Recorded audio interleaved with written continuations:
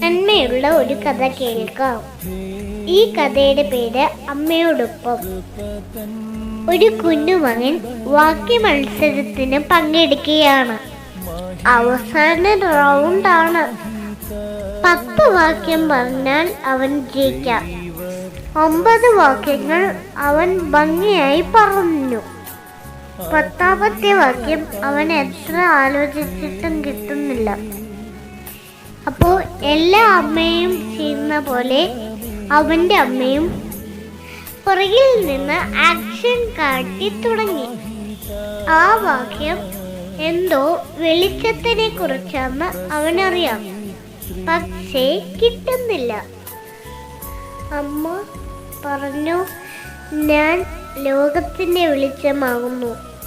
അമ്മ പറഞ്ഞത് അവൻ കേട്ടില്ല. ആക്ഷൻ കണ്ടു. എന്നിട്ടവൻ ചെറിയ പുഞ്ചിരിയോടെ സദസ്സിനെ നോക്കി വിളിച്ചു പറഞ്ഞു, എൻ്റെ അമ്മ ലോകത്തിൻ്റെ വെളിച്ചമാണ്. കേട്ടവരെല്ലാം ചിരിക്കാൻ തുടങ്ങി. അവനും ചിരിച്ചു. വാക്യം തെറ്റിപ്പോയെങ്കിലും അവൻ പറഞ്ഞത് സത്യമായിരുന്നു. അമ്മയാണ് നമ്മളുടെ വെളിച്ചം. ദൈവം അനുഗ്രഹിക്കട്ടെ.